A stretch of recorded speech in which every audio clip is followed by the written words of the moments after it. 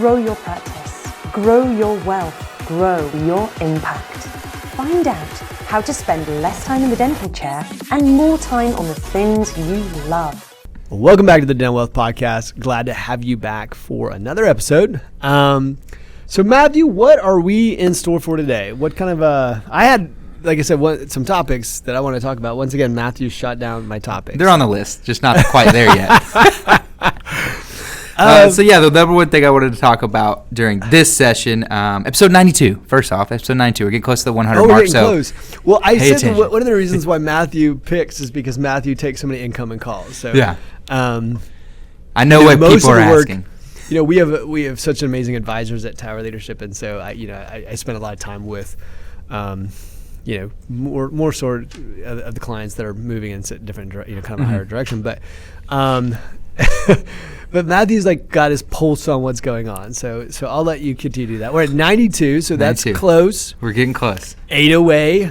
I feel like we've got to give something away on the 100th. On the 100th episode. You have to think about that. Is I'll start. You guys should write into info@towerleadership.com and What tell should me we what do? you want me to give away at the 100th. We'll announce a name, or we should do something, right? 100th I feel like you're episode. supposed to do something for the 100th. Got to. Maybe I should get something. I don't know. Pat on the back. What I want to talk about today is I've had callers, on both ends of this spectrum, very successful practices that are looking at potentially purchasing another practice. And then you also have the younger doctors that are looking at purchasing their first practice. So I want to ask you, what are some success criteria that you have when you're looking at, all doctors should follow when they are looking at potentially purchasing land or another practice as a whole? I think the first thing I would tell people, by the way, if you're listening to this podcast, I don't know all the things Matthew is going to ask me. We don't script this show out. There's no notes. There's no cue cards. Gotta keep him on his toes, people. So I kind of like that format. I hope you guys do too. It just kind of keeps it raw. And I kind of prefer that versus a scripted show where everything's scripted and every word's scripted, and it's not really my thing. So I love those questions, because I didn't know. So basically, what you want to know from me is that if whether they're someone who's been in practice for years or they're new out of school trying to buy a practice, what should they be looking for? Mm-hmm. That's a really big question, but I'm gonna kind of answer it in the way that maybe could help some people make some decisions.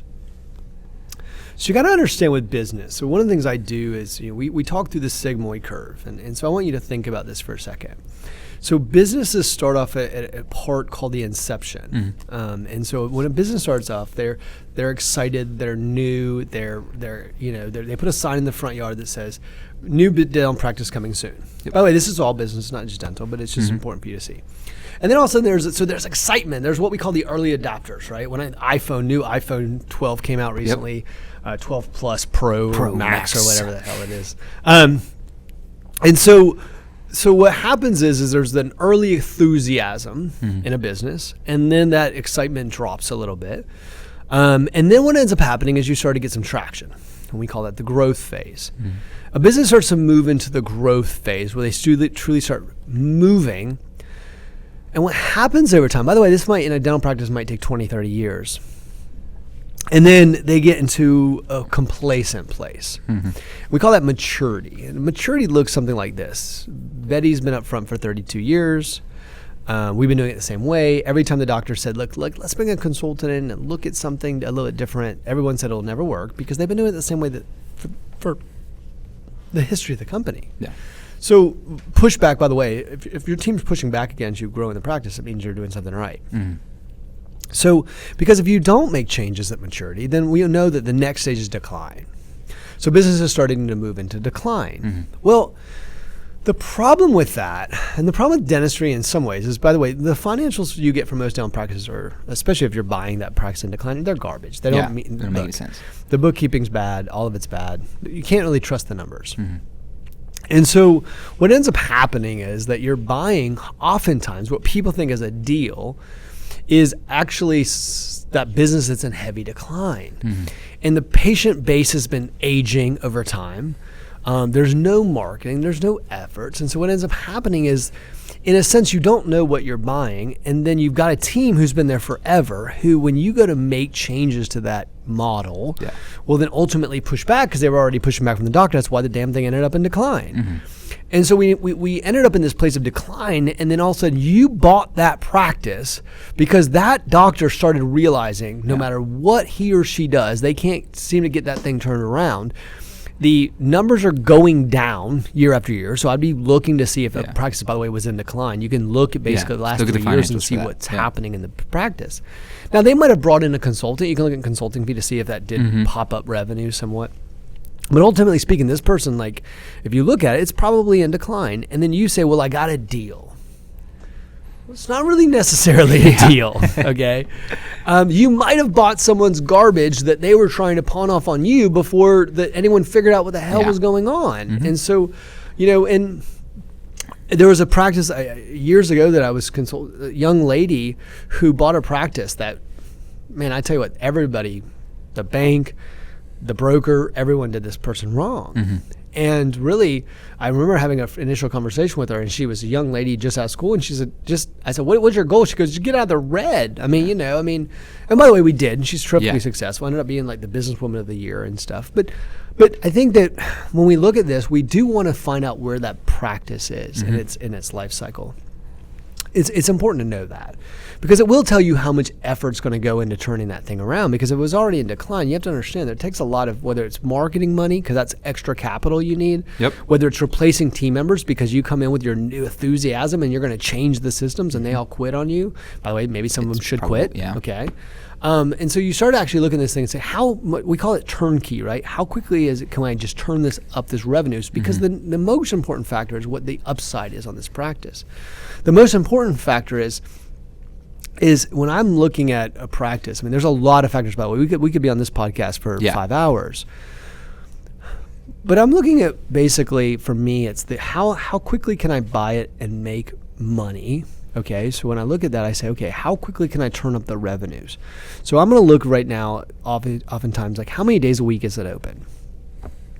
If it's open like 3 or 4 days a week, 8 to 5, I love that. Yeah, I'm like, oh my gosh, this thing isn't even open for business. I mean, if it's Monday through Wednesday, 8 to 5, and Thursday, 7:30 8 to 2, 3 is what I see most of the time. I know what I've got in there, right? This is a doctor who's never invested into the business of the practice. They've never listened to the Dental Wealth podcast. They don't know. They just don't know what the potential of this thing is and the upside of this, and that's really good, because I go, good gosh, I could start working here full time, bring in an associate today, and probably double this revenue. Like, it's an amazing thing. All I got to do is open up capacity, and it's amazing what I could do.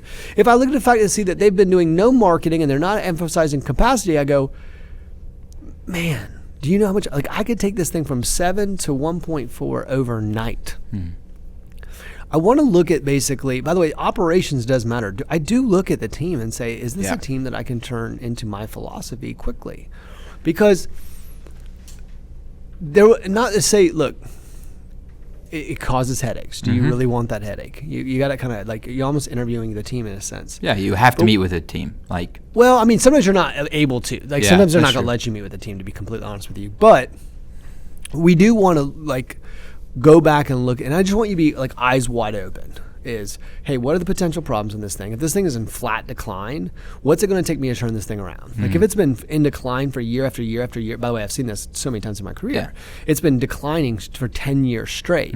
If that's the case, then I've got a problem here. It's, by the way, it's not just I've got financial. a deal.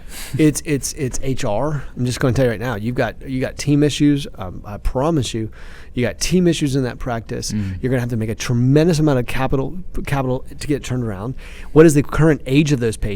If the current age is like 78 on average, and it's been declined for 10 years, you're almost going after a whole brand new patient base, which is means like you're almost in a startup. Yeah, you're gonna have to spend a whole year. Like, I hear it all the time when I have conversations with doctors. They're like, yeah, I mean, I'm just having so many problems with, like, the team, and they just didn't understand the undertaking it was going to take when they even purchased that practice. Is most of the time, if you get a practice that's just like you're describing, you don't realize you're probably gonna have to spend a lot of time trying to figure out your team situation. And if you buy it at a premium, see, this is the thing. Now, understand this. Now, go back to pricing again.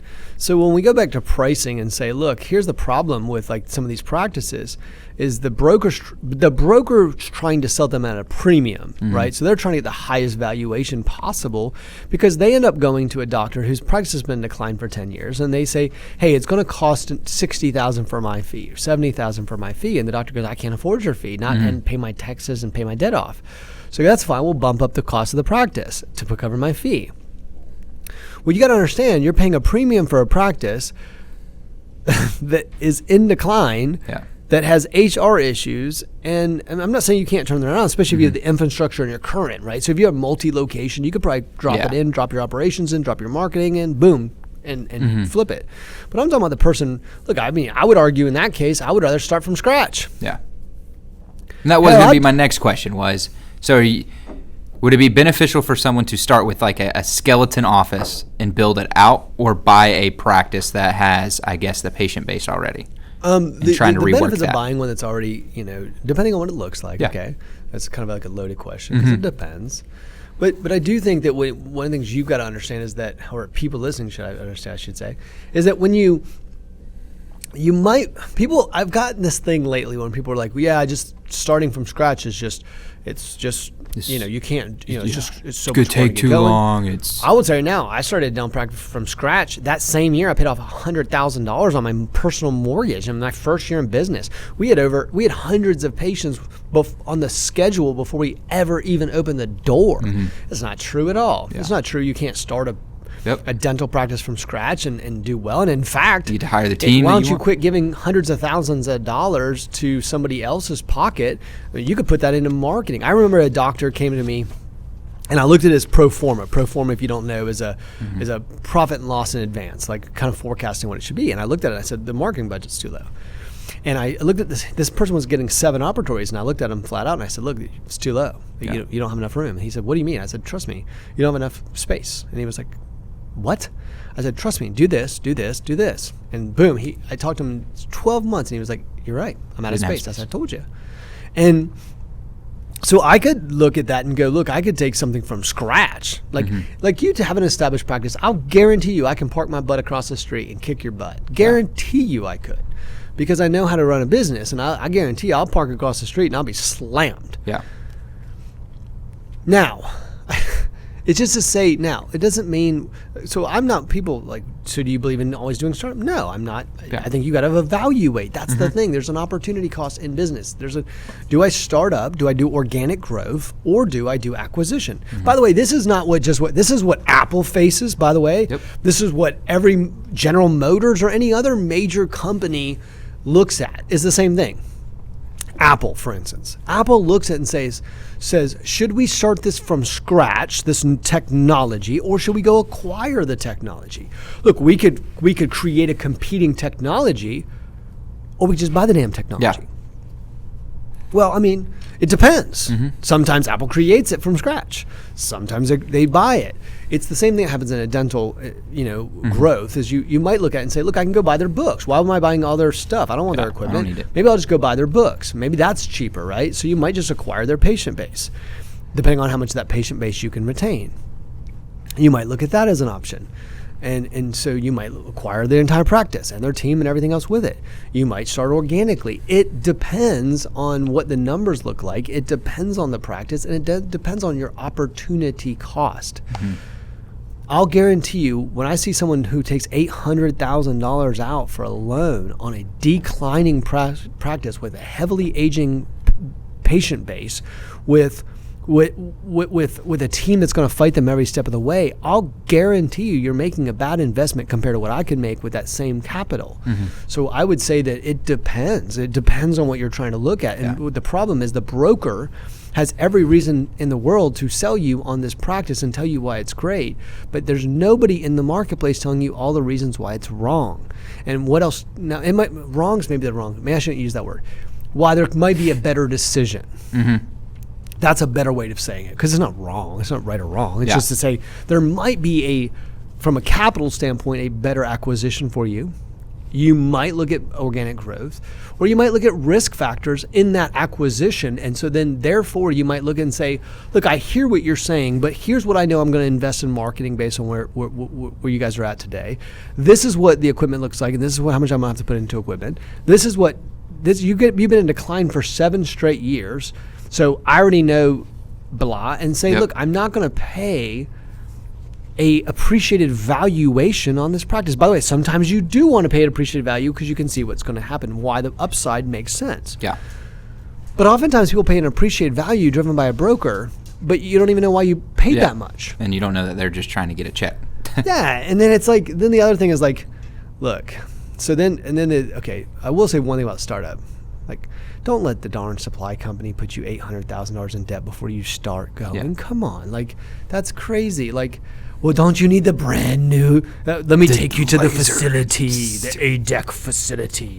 And then before you know it, you're like, you were thinking, I'm going to be in this thing for, you know, I'm going to be in this thing for this much. Let me silence my phone here. I'm going to be in this for this much. And then before you know it, you're drowning. I've seen it so many times where like a young doctor ends up who's so, by the way, the older doctors don't tend to do this. They've made that mistake once or twice, right? But the younger doctors, before you know it, they want the brand new Mercedes. So then they come out of school and then they come out of an associateship, and then all of a sudden before you know it, they're flown out to the facility, and then before you know it, these people wake up and they're like, how the hell did I end up with $800,000 in debt before I even saw a patient? Yeah. And then they're making no money for the first 2 or 3 years, and then that's why people think startups are so hard, because they're letting supply companies determine their business strategy should not be determined by the sales rep. That's not what your business strategy should be determined by. Look, the doctors who've been around for a long time, I've never seen a doctor who's been in practice for 25 years fly out to the ADEC facility to go spend a fortune on their new. And don't go ask your friends that are doing the same thing when they come out of school too. I'm about to go buy a practice. This is what I'm doing. Wrong advice there. You both are buying Mercedes. Look, I'm serious. Like, I'm being serious like that. I'm saying, look, I love supply reps. Like, I got plenty of them that I know really well. Like, I'm not beating up on anyone. Like, everyone, there's a reason why we call the supply rep and say, I need some help. I need to build an operatory and those types of things. But I tell you what, that initial sale's got to be a good commission check. Okay, I'm just saying. Startup practice. So you got to be careful on that. Be like, yeah, but for an extra $4,000, you're gonna finance it anyhow. I mean, I feel like it's like selling a home or something. It's like before you know it, I'll see a young doctor who flies out to the facility. They were like, I've got everything approved. It's gonna be a $400,000. I'm gonna be in good shape. I'm gonna start with this many operatories, and then they come back and they're like, I'm gonna take out $1 million loan. Yeah. They're like, what? What? I had a doctor one time tell me, a young doctor. She said, I just want to work 3 days a week. I feel like if I can establish myself that way, and then I'll bring in associates, and then I'll be able to have that life and have that work-life balance. I'll raise a family. And then I looked at her loan. I was like, well, that's not a 3-day-a-week loan. Yeah. And she was like, I know. And then, of course, she was at 5 days a week, and she fell into the same trap as everybody else.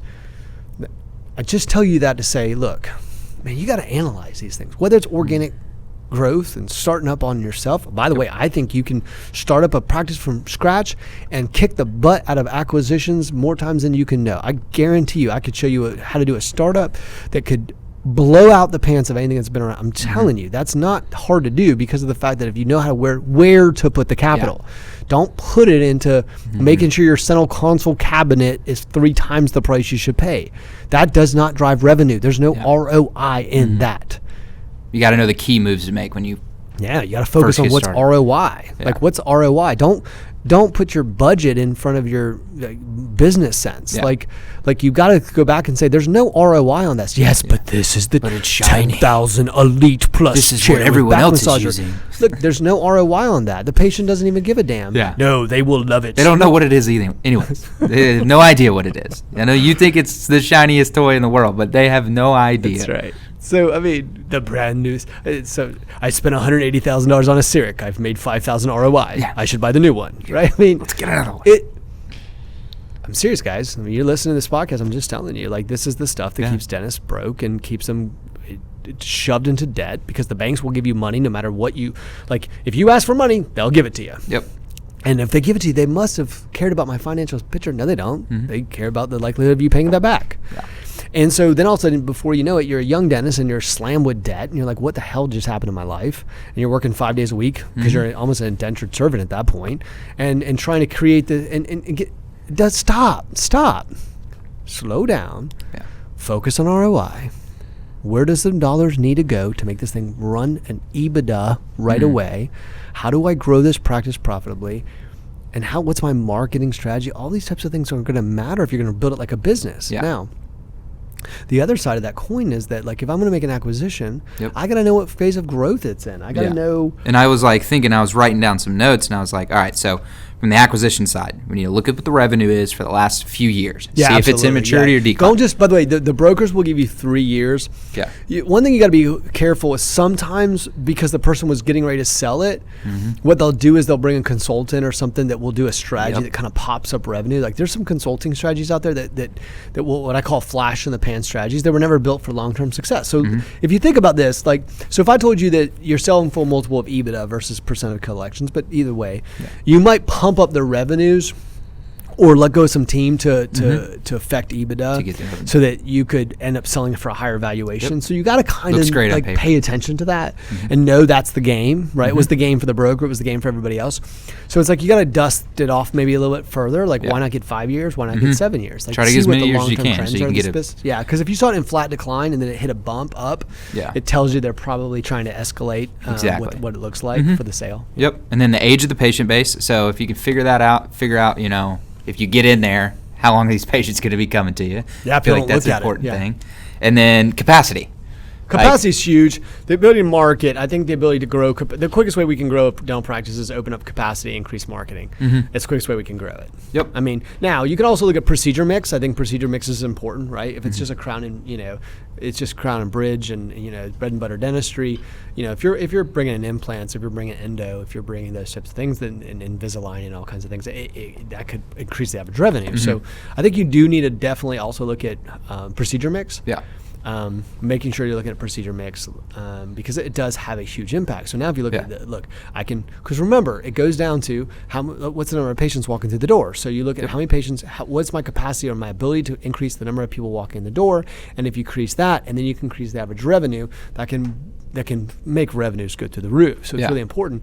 I think the qualitative side of that is the team, though, because if you don't have the right team, I don't know how many doctors have made an acquisition and then come back to me. Like, I was telling a doctor not too long ago, a really successful group I work with, a multi-location group, and they were looking at this practice, and I said, all right, so here's the thing I want to let you know. And they were like, what? I said, you're going to have to fire Susie. And they're like, huh? I said, Susie's in there, trust me. And I said, you're going to be willing to do it. I said, trust me, Susie's in there. Susie's been there for 40 years. Susie don't like you. Susie knows all the patients. Susie's not going to listen to a damn thing you say to do, and Susie will fight you every step of the way and then go to lunch and tell every team member how they should fight you too. You are going to have to let Susie go. And they were like, are you sure there's Susie? I'm like, there's always a Susie. So like, I think you have to be aware of qualitative issues too. Do you have the right team, the right culture, right? Can you build around this team? Now, by the way, you know, look, there's typically somebody, that isn't always, but there's typically somebody who's going to fight you. You have to understand and know that right away. Get rid of that person. Don't wait around for that. They're going to fight you, not because they're not good people. It's just they've been doing it this way. They don't like change. They've been doing it this way for 30 years. They're going to fight you every step of the way. I mean, that's why it's in decline. I've seen more prices that are in decline because of the fact that they will refuse to let somebody go who pushed them into decline. I was working with a very large, successful practice, you know, who let one person who I think was... It's funny how the revenues went up and the cash flow went up once she left. I'm just going to say that. It's interesting how the cash flows went up. You can take whatever you want from that. But was controlling everything. I'm talking every dollar, every pay. She paid the doctor. Had her finger on did everything. She told him that if she would ever leave, the practice would burn to the ground and all this other stuff. And of course, when she left, everything flourished. Reminds me of like one of those cartoon movies where like the villains extinguished and like then the sun comes out, the flowers bloom. Like we were in the dark, we didn't know that she was the evil one, right? Exactly. I mean, look, hey, y'all know who I'm talking about. If you're listening to this podcast, there's so many of you right now who are listening to this going, oh yeah, I know that, or my friend went through that situation. Look, so I think you have to know that person's often out there and just going with eyes wide open and go, look, I'm going to probably have to fire somebody. And have that Don't walk in there knowledge. kumbaya like, where does... Now, by the way, I do, Yeah. I started a company called Tower Leadership. I mean, I believe in leadership and creating amazing cultures and taking care of people and serving them. So don't get my messages mixed up. I'm saying to create the culture and the leadership you want to, you will probably have to eradicate the weeds, so to speak. And you'll know they'll stick out like a sore thumb too when you're in there. Absolutely. You'll have all the team members that get on board real quick. You come in there with some high energy. You say, we're going to do these amazing things. And you're going to have that one person that's going to have her arms crossed the entire time. That's right. And it's going to be that way for a month. And then that's when you have to be willing to make I was talking to our head of the trading decision. recently, and she was like, oh, Eric. She was like, I walk into a dental office, I know it within 10 seconds. Like, I know who she is. Like, I can see her. She's across the room staring at me, got her evil look on. She's got Done her this arms before. folded. Doesn't work. Now, the good part is by the time that our trainers typically leave, that person's opened up. It's just like a big fan. They're like, okay, this is different than I thought it was going to be. That's right. And then the last thing I heard you touch on it, and I was thinking just thinking about it was the equipment. A lot of times we see dental practices that don't revamp their office in 20 plus years. I think that's probably an important thing to look at if you're looking at acquiring another practice, is figuring out when's the last time they've updated it, because that can get kind of pricey. So you want to know when you go into it, what investments am I going to have to make from just a visual standpoint in this, or do I need more new operatories? You could be buying a 20-year-old practice that hasn't updated anything in 20 years, right? Magazine's 20 years old, right? Yeah. I mean, I think you've got to always look at that investment into that. That's what I'm saying. There might be a better use of capital. You got to look at the total capital requirements. And the total capital requirements might be outside of what the supply rep, the broker, or anyone else is telling you. It might cost you a lot more. And those are what we call hidden expenses in business, right? So there's hidden expenses that you didn't know that were going to pop up. And so these hidden expenses pop up and you go, man, it's going to cost me $250 more than I got in my loan. Like, how am I going to do all this? And that's where people get in trouble. But I started thinking about some of the things that have popped up. I mean, there was a doctor I spoke to recently who was looking at an acquisition. I think I'm on the phone talking to someone about acquisition. It seems like daily. But this doctor was really big in holistic medicine. And so it was like, oh, man, I'm going to have to unwind we're not doing holistic medicine. And so they had this, they were removing amalgams on every patient, and they had this giant spacesuit and, all those types of things. And they had courted that group, but it was like, what is it going to cost me to re-educate and really go get a whole new patient base? Because this whole patient base has been educated that we have to put a spacesuit on and remove all your amalgams. So I think it's those types of things you have to look at. That's why I say the product and service mix matters. I mean, you have to go back and look at that. And that practice could look good on paper, but it goes back to the qualitative side. It's things like that. I do think that the dentist, even though dentists tend to, once you sell off buy half the practice and things like that, I will tell you that my experience has shown me that when somebody sells half the practice, they tend to get short-timer syndrome and produce half as much as they were going to produce. So when someone's like, oh, I'm going to stay in here, I'm going to help you transition, I'm going to tell you right now, when that check gets cashed, something happens to the brain. And I've been told more times than I can even count in this business, no, I'm going to stay and work hard. No, you won't. No, you won't. I mean, I've been told by people that I really care about, and they're like, no, Eric, you don't understand. When I sell this thing, I'm going to help this doctor get going. Okay. It's not going to happen. So I think also one thing, if you're somebody who's going to partner in and then buy the half and half, you got to be looking to replace that doctor shorter than whatever time you've got, because typically what happens is when somebody gets a big fat check, they tend to start to get that short-timer syndrome. Production goes down. I can tell you, I couldn't, if I told you the amount of case studies I have on that same scenario, and I couldn't even. I mean, it's mind-boggling. So I think if someone tells me, if I'm buying a practice and the doctor says I'm going to stay on and work hard for the next 5 years, it's kind of like asking a salesperson, what are you going to do in revenue this year? And they say $1 million, cut it in half. So whatever that doctor was producing, cut that in half. And if you can still make the numbers work, then you're probably okay. But just understand, people get short-timer syndrome. It happens every single time. So I would also make sure, if that's the case, I would have the ability to get them out early. I would, because there's an opportunity cost even with doctors. If you say this person, their average revenue per patient's $249 and mine's $640, we've got a problem, right? Houston, we have a problem. And what ends up happening, if that person's in there not producing, they're taking up chair time, so to speak, from a doctor who could produce. So what ends up happening is when that person's hanging out, is it costing you money? And I cannot tell you how many times I've seen it cost doctors money. Sometimes it does help to keep the doctor on, and sometimes it hurts. Yeah. I think you got to do the financials on both sides. Like, what if this person, like we call that in business optimistic and pessimistic modeling. Like, go do the optimistic modeling. Let's assume this person produces and stays productive and busy. That's great. But go eyes wide open and say, what if this person does pull back, and what if they do half as much as they're doing now? And can I get them out of the practice? And can I buy them out early? And what does that look like?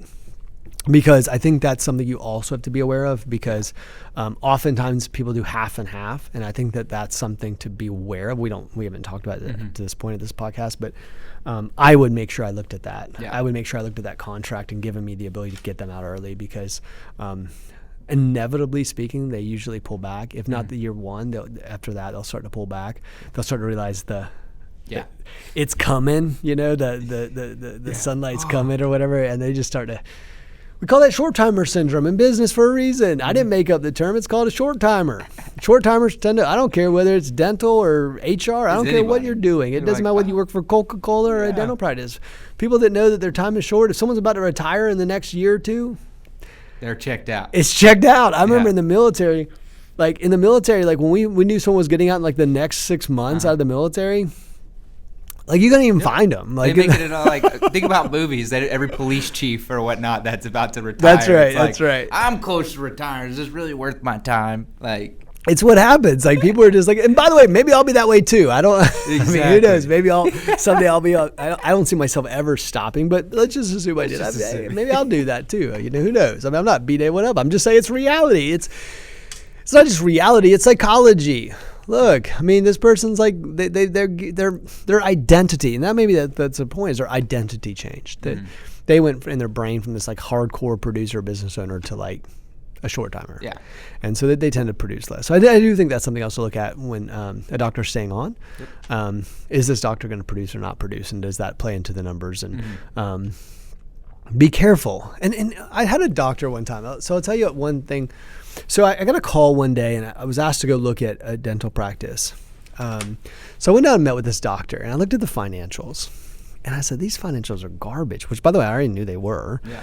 But it did tell me he was hiding a bunch of stuff. By the way, a lot of doctors put their personal garbage in the business, so then you can't really tell what the heck's going on. Anyhow, that's why I said financials are garbage.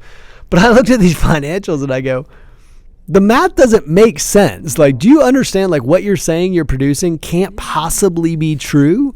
Like, the math doesn't work. And he literally looked at me. I'll never forget it. He was like, oh man, you're too into the numbers. I was like, what the hell? I was like, he wanted $800,000, and you're too in the numbers, man. I was like, it's $800,000. Yeah, I'm in the numbers. And the guy was like, he couldn't believe like that I was like picking apart the numbers of the practice. Like he couldn't. And then he said to me, which is so, he goes, well, I already have offers from people who are going to give me the valuation I want. And I looked at him and I said, take it. Take it. Because, heck, I'm not buying it, but hey, look, take it, man. If you got some sucker on the string, then you should take it, because they're buying garbage. Yeah. And if they're willing to give you the money, hey, take it.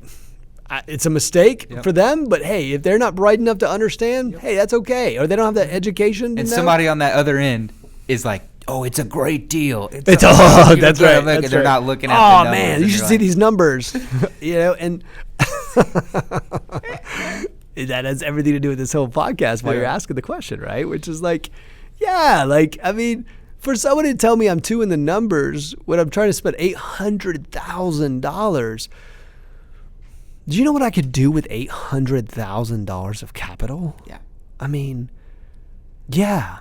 I don't want to see my $800,000 turn into $400,000 overnight. Would you buy a house that way? No. Like, if you knew a house was worth $500,000, would you spend $850,000? Yeah. We saw that in 2007, didn't we? Yep. How'd that work out? Not great. Not great. Yeah, we don't buy things. And I was arguing that back in the day. I'll never forget. I went to Sarasota, Florida. Never forget. Sarasota, Florida. I was a young man, whatever. I was in Sarasota, Florida. They wanted the house was 1,300 square foot. Mm-hmm. They wanted $595 for the house. No backyard, no granite, no anything.